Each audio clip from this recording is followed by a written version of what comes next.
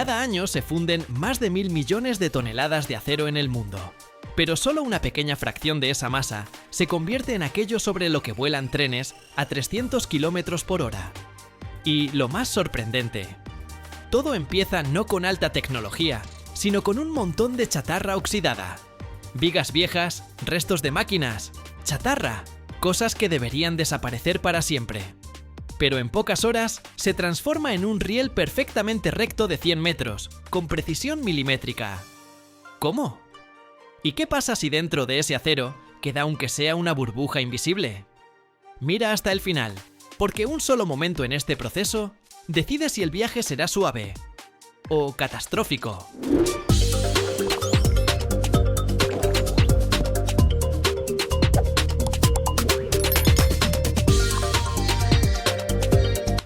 Todo comienza de una forma mucho menos refinada de lo que podrías imaginar.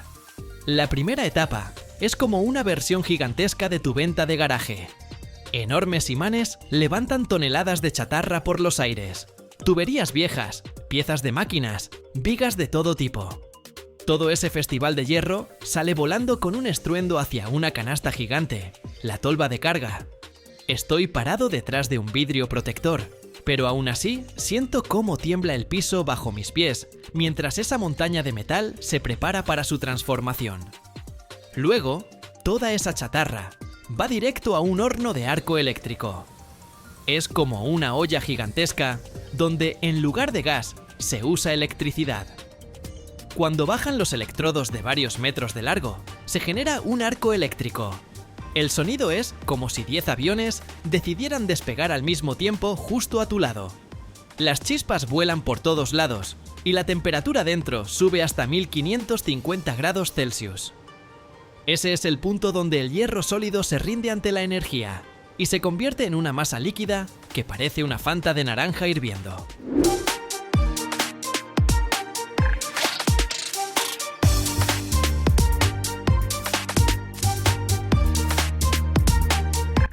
Cuando el acero se funde, eso es solo la mitad del trabajo. Para rieles normales quizás bastaría, pero aquí estamos haciendo un producto de categoría superior. Los rieles de alta velocidad no toleran impurezas. Por eso este metal fundido va directo a una instalación horno-cuchara. Ahí le agregan varios ingredientes secretos: manganeso, silicio, cromo. Cada uno se encarga de que el riel sea resistente, pero no quebradizo. Y también hacen la desgasificación. Meten el acero en una cámara de vacío para sacarle el hidrógeno y el oxígeno. Esto es crítico. Si dentro del metal queda aunque sea una burbuja microscópica de gas, en unos años, bajo las ruedas de un tren de alta velocidad, se convertirá en una microfisura y después en un verdadero problema. El vacío succiona todo lo que sobra y el acero queda limpio, como conciencia después de una confesión. Ahora llegó el momento de darle forma a este hierro líquido. Esto ocurre en la máquina de colada continua. El metal sale por orificios especiales y se va enfriando gradualmente con agua, transformándose en largas barras rectangulares, los blooms.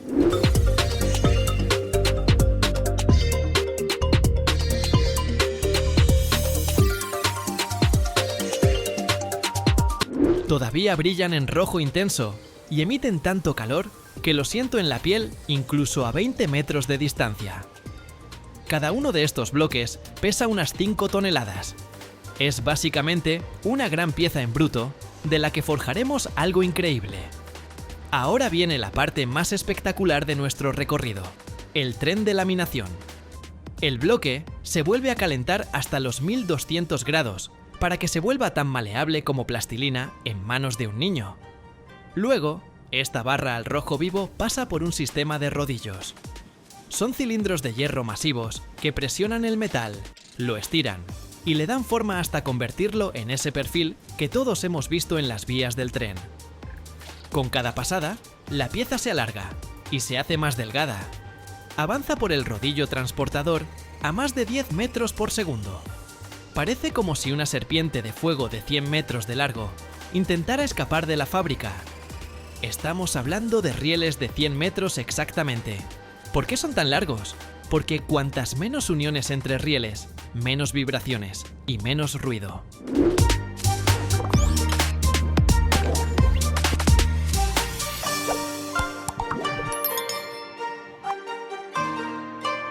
Eso es lo que garantiza la suavidad de marcha en los trenes de alta velocidad. Cuando escuchas ese familiar golpeteo de las ruedas, es el tren pasando sobre una junta. En las líneas de alta velocidad casi no hay juntas, porque los rieles se sueldan formando hilos infinitos. Pero solo darle forma no es suficiente. Hay que hacer el acero muy duro justo donde van a circular las ruedas. Este proceso se llama temple térmico diferenciado. La cabeza del riel se enfría con aire comprimido siguiendo un programa específico. Esto permite obtener una estructura metálica muy fina y resistente en la superficie, mientras que el centro permanece un poco más blando para absorber los impactos y no agrietarse con las heladas o las cargas. Cuando el riel se ha enfriado, ya no está tan recto como parecía. El metal al enfriarse se desvía un poco. Por eso se envía a una máquina enderezadora.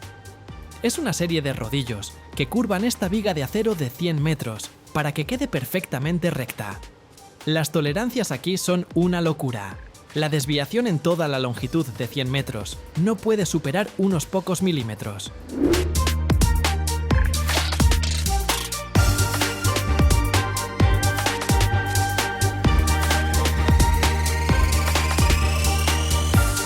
Si queda torcido, los pasajeros se marearán y el riel se desgastará en cuestión de semanas. La etapa final de nuestro recorrido, el control de calidad.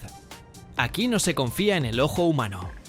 El riel pasa por una línea automática con sensores ultrasónicos y escáneres láser. Radiografían el metal por completo, buscando los defectos internos más pequeños.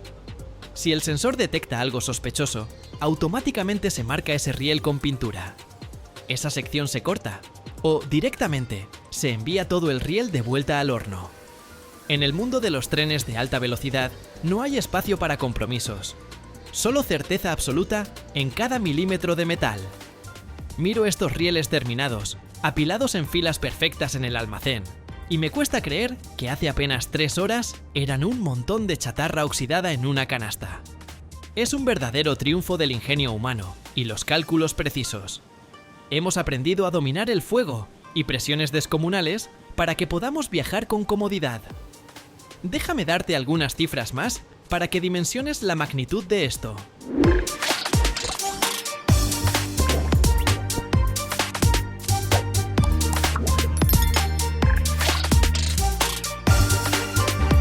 Una sola de estas barras de 100 metros pesa cerca de 6 toneladas, aproximadamente como 3 elefantes adultos formados en una larga fila. Para construir apenas 1 kilómetro de vía de alta velocidad, la fábrica necesita fundir y procesar más de 120 toneladas de acero de alta calidad. Cada metro del producto terminado es escaneado durante la inspección final por 19 sensores diferentes, capaces de detectar cavidades internas de menos de 1 milímetro. Esta cinta de acero durará unos 30 años, soportando una presión colosal. Y la longitud total de estas vías en el planeta ya superó los 40.000 kilómetros, suficiente para rodear completamente la Tierra por el Ecuador.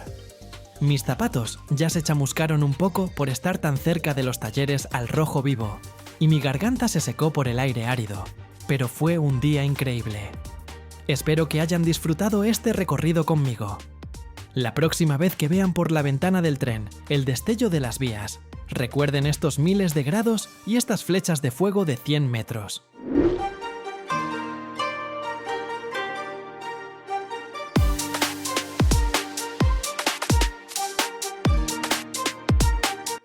Gracias por acompañarme en este recorrido. Denle like si les gustó echar un vistazo al interior de este organismo de hierro. Escriban en los comentarios a qué otra planta debería ir para mostrarles algo imponente y al rojo vivo.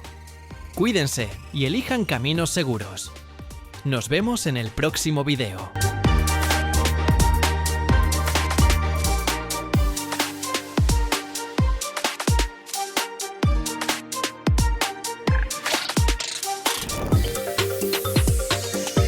Hoy les voy a mostrar cómo se fabrica la llave más grande del mundo.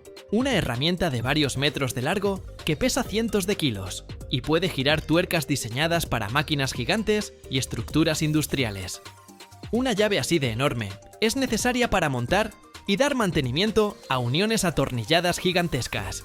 Sin ella, ensamblar maquinaria pesada sería imposible. Hoy vamos a ver todo el proceso de fabricación.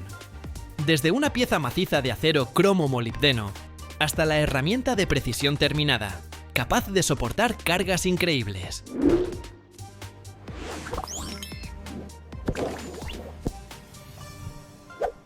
Entro al territorio de la planta metalúrgica y de inmediato entiendo que aquí trabajan con cosas de escala gigantesca. Alrededor, el estruendo de las grúas pesadas, el olor del acero caliente y el golpeteo de los martillos que sientes en el pecho. Me recibe el maestro herrero, un hombre alto, sus manos cubiertas de cicatrices de proyectos anteriores. Sus ojos observan atentamente cada movimiento. Me muestra una pieza enorme, un bloque de acero cromo-molibdeno de más de 3 metros de largo, medio metro de grosor y varias toneladas de peso.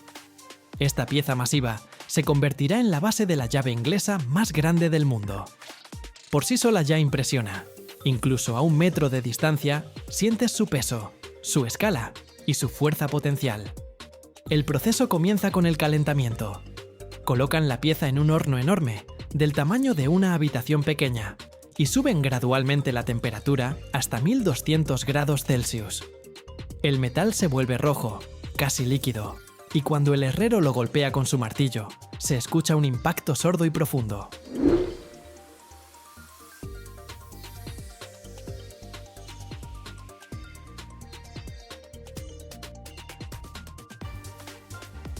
El ritmo aquí es crucial. Demasiado rápido y el metal puede agrietarse. Demasiado lento y se enfría volviéndose duro. Hay que trabajar con precisión y el equipo de herreros lo sabe de memoria.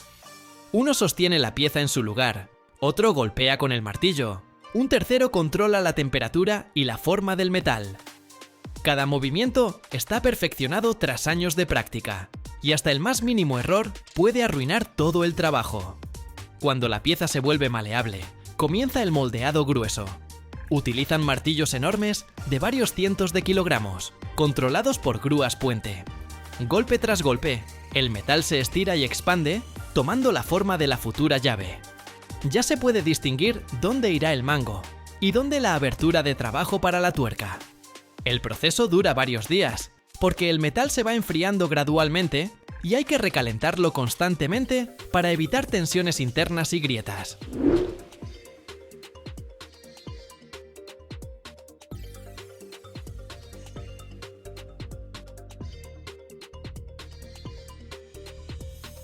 Después viene el forjado de precisión.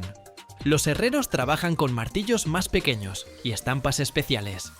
El orificio de trabajo se ajusta al tamaño exacto de la tuerca. El mango se estira hasta alcanzar la longitud y el grosor necesarios. Cada golpe cuenta. Incluso un desplazamiento de una fracción de milímetro puede arruinar la herramienta. La verificación es constante. Los maestros usan plantillas de más de 2 metros de largo, reglas para el grosor, escuadras para controlar la rectitud. El equipo funciona como un solo mecanismo. Uno da los golpes, otro controla la forma, un tercero vigila que el metal no se sobrecaliente. Luego viene el tratamiento térmico. La llave se calienta a 1000 grados, después se enfría bruscamente en enormes tinas de aceite. Esto hace que el metal sea duro y resistente, pero al mismo tiempo frágil. Por eso inmediatamente después se realiza el revenido, un calentamiento a varios cientos de grados y un enfriamiento gradual. Así el metal obtiene el equilibrio óptimo entre dureza y flexibilidad.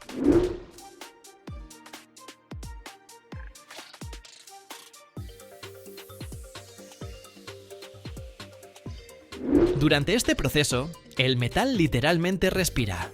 Ves cómo cambia de color, de forma, y se prepara para soportar cargas increíbles.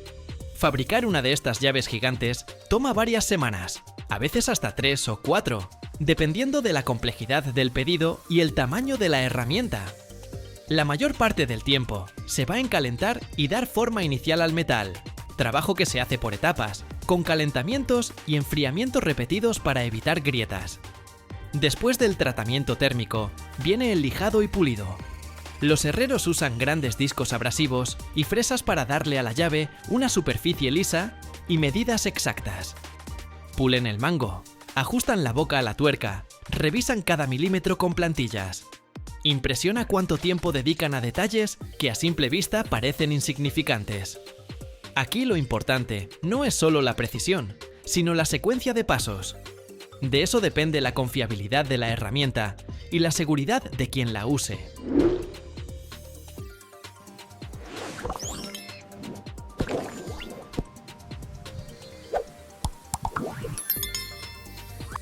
Una vez que la llave está lista, la llevan al banco de pruebas.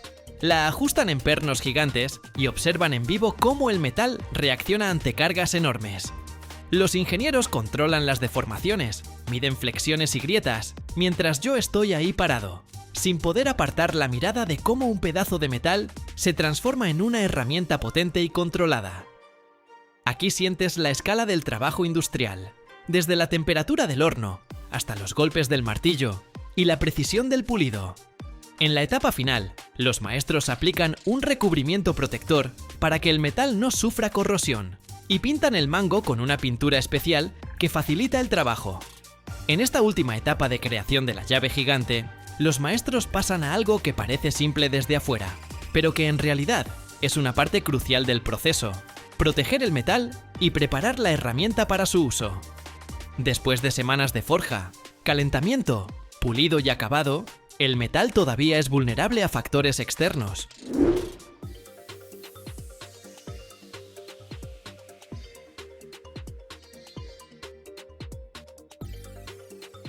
El aire, la humedad, incluso los restos de aceites de las manos pueden causar corrosión, y para una herramienta de esta escala, eso significaría riesgo de grietas, deformaciones y pérdida de precisión. Los maestros comienzan aplicando un recubrimiento protector especial sobre todo el cuerpo metálico de la llave. No es pintura común. Utilizan líquidos y barnices anticorrosivos especiales que penetran en los microporos del acero y forman una película protectora resistente. Trabajan con brochas y pulverizadores, asegurándose de que la capa sea uniforme en toda la superficie, incluyendo las partes internas del agujero de trabajo y las zonas de difícil acceso del mango. Si el recubrimiento queda desigual o hay espacios sin cubrir, en el futuro justo ahí puede comenzar la corrosión y todo ese trabajo enorme estaría en riesgo.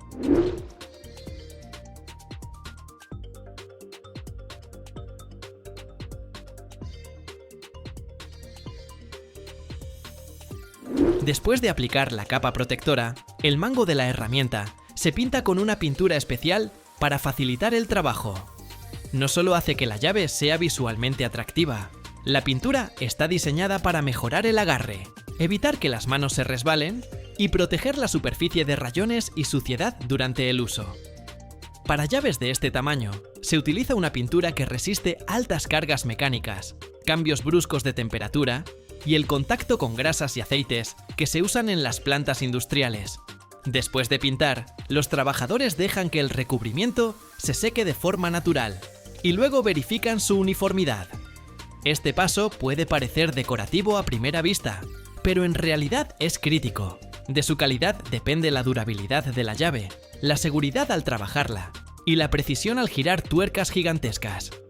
Solo después de completar esta etapa, se puede considerar que la herramienta está completamente lista.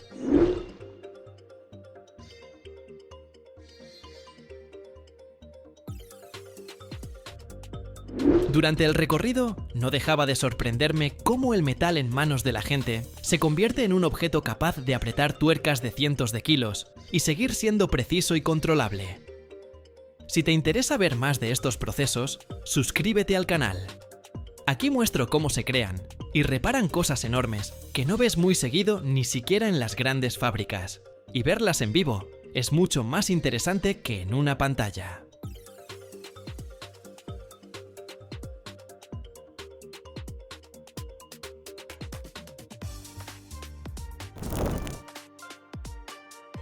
Cada año se instalan cientos de plataformas petroleras marinas en el mundo, con un peso que supera varias veces al de la Torre Eiffel.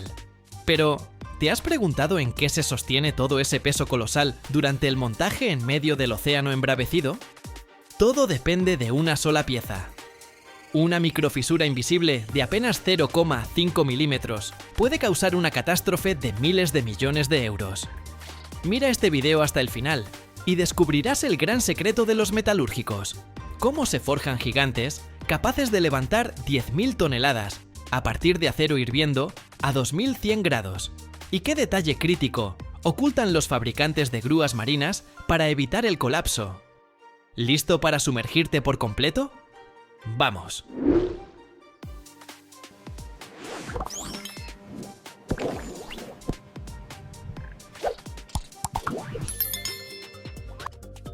La producción de ganchos gigantes para grúas comienza con la preparación oficial de la materia prima, en talleres metalúrgicos especializados. Aquí trabajan con acero estructural de alta calidad, donde el contenido de carbono no supera el 1%, mientras que las adiciones de cromo hasta el 2% y molibdeno hasta el 0,5% garantizan la resistencia a la tracción necesaria de más de 1000 megapascales y una alta tenacidad al impacto. Estos elementos no se eligen por casualidad. El cromo proporciona resistencia a la corrosión para condiciones marinas, y el molibdeno previene la fragilidad a bajas temperaturas. La materia prima llega en forma de briquetas o lingotes de 20 toneladas cada uno, que se cargan en potentes hornos de arco eléctrico con capacidad de 200 toneladas.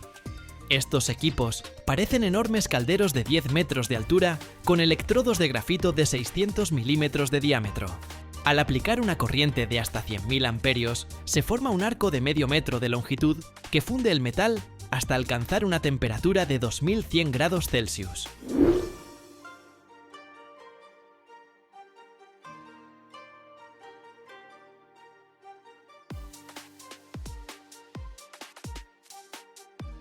El horno gira para mezclar uniformemente, y los gases se expulsan a través de potentes filtros. El proceso de fundición dura entre 4 y 5 horas, durante las cuales se purifica el metal, eliminando impurezas mediante evaporación al vacío y soplado con argón. El metal fundido listo, de un brillante color amarillo, se vierte en cucharones revestidos con ladrillo refractario. La temperatura de salida ronda los 1650 grados. El cucharón se eleva con grúas y se transporta hasta la línea de colado. Aquí esperan los moldes, estructuras masivas de acero que pesan hasta 200 toneladas, con masa de arena y arcilla o revestimiento metálico. Los moldes de 50 metros de largo por 5 de ancho ya están preparados, calculando una contracción del metal del 2%. El vertido se posiciona en un ángulo de 45 grados para evitar burbujas de aire. El metal líquido, en un chorro de medio metro de ancho, llena el primer molde en 15 minutos. Luego se cierra el molde con una tapa y se coloca en una zona de enfriamiento controlado.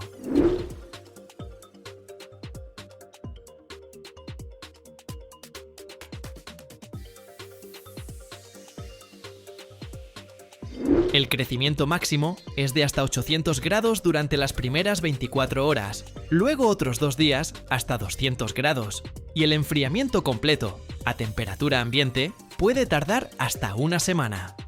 Los sensores monitorean los gradientes de temperatura a una profundidad de 10 centímetros, para evitar tensiones térmicas que podrían causar grietas.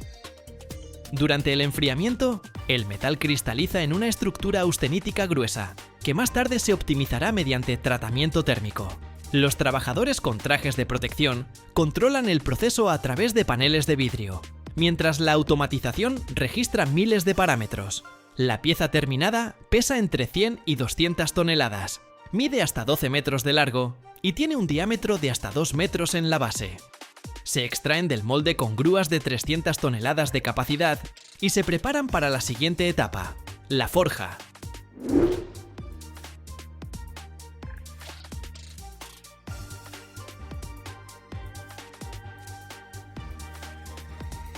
Después de un largo enfriamiento, la pieza de metal de entre 100 y 200 toneladas se extrae del molde con grúas potentes y se transporta al taller de forja.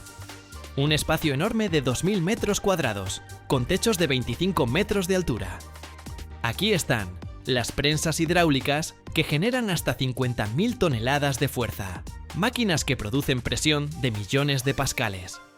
La pieza se corta en secciones de 6 a 8 metros de largo y se calienta en hornos de gas hasta 1200 grados Celsius. El metal toma un color rojo brillante y se vuelve maleable. Operarios con trajes térmicos, usando pinzas magnéticas, colocan la sección bajo la prensa. Primera etapa: deformación gruesa.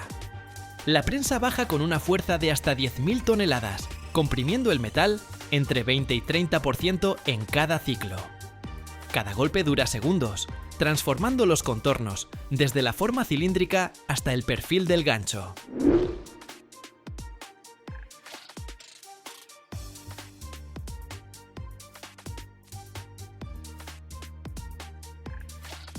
Luego viene el forjado intermedio. El metal se estira, se forman orificios para cables de hasta 60 centímetros de diámetro y ojales de 15 centímetros de grosor. Las prensas están equipadas con matrices complejas de acero de alta resistencia que replican la geometría exacta del futuro gancho. El número total de ciclos de forja es de hasta 50 por sección, con pausas para recalentamiento cada 10 a 50 minutos. La etapa final es el mecanizado de precisión de la parte operativa. El diámetro del arco principal del gancho alcanza 1 metro. El grosor de las paredes es de 30 centímetros. El radio de curvatura es de 2 metros 50 centímetros. Las matrices de la prensa presionan con precisión de hasta 1 milímetro, creando nervaduras de refuerzo híbridas. Después de cada golpe, se limpia la cascarilla con aire comprimido a una presión de 6 bares. El momento clave es el tratamiento térmico. El gancho se coloca en hornos para revenido a 650 grados durante 20 horas. Esto elimina las tensiones internas y mejora la tenacidad al impacto. Luego viene el mecanizado en fresadoras.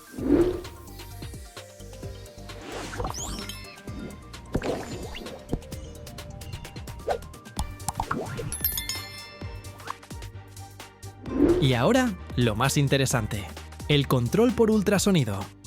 Cada gancho se revisa en busca de grietas ocultas. Los sensores escanean el metal con ondas de 5 MHz, detectando defectos desde 0,5 milímetros. Si encuentran aunque sea una microfisura, la pieza se descarta. Este es el estándar de seguridad para grúas offshore, donde el gancho soporta cargas de hasta 10.000 toneladas a 2 metros de profundidad. Miren cómo los operadores trabajan con estos monstruos. Alrededor hay grúas de 200 toneladas que mueven las piezas entre talleres. La planta produce hasta 20 de estos ganchos al año. Cada uno vale millones de euros.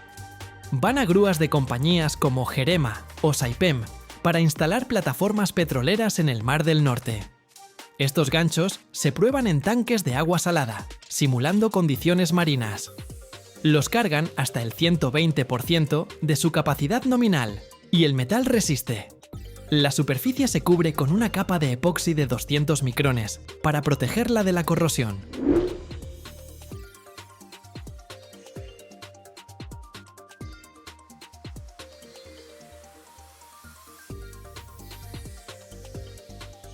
El acero para estos productos llega desde Escandinavia, donde se funde en hornos de vacío.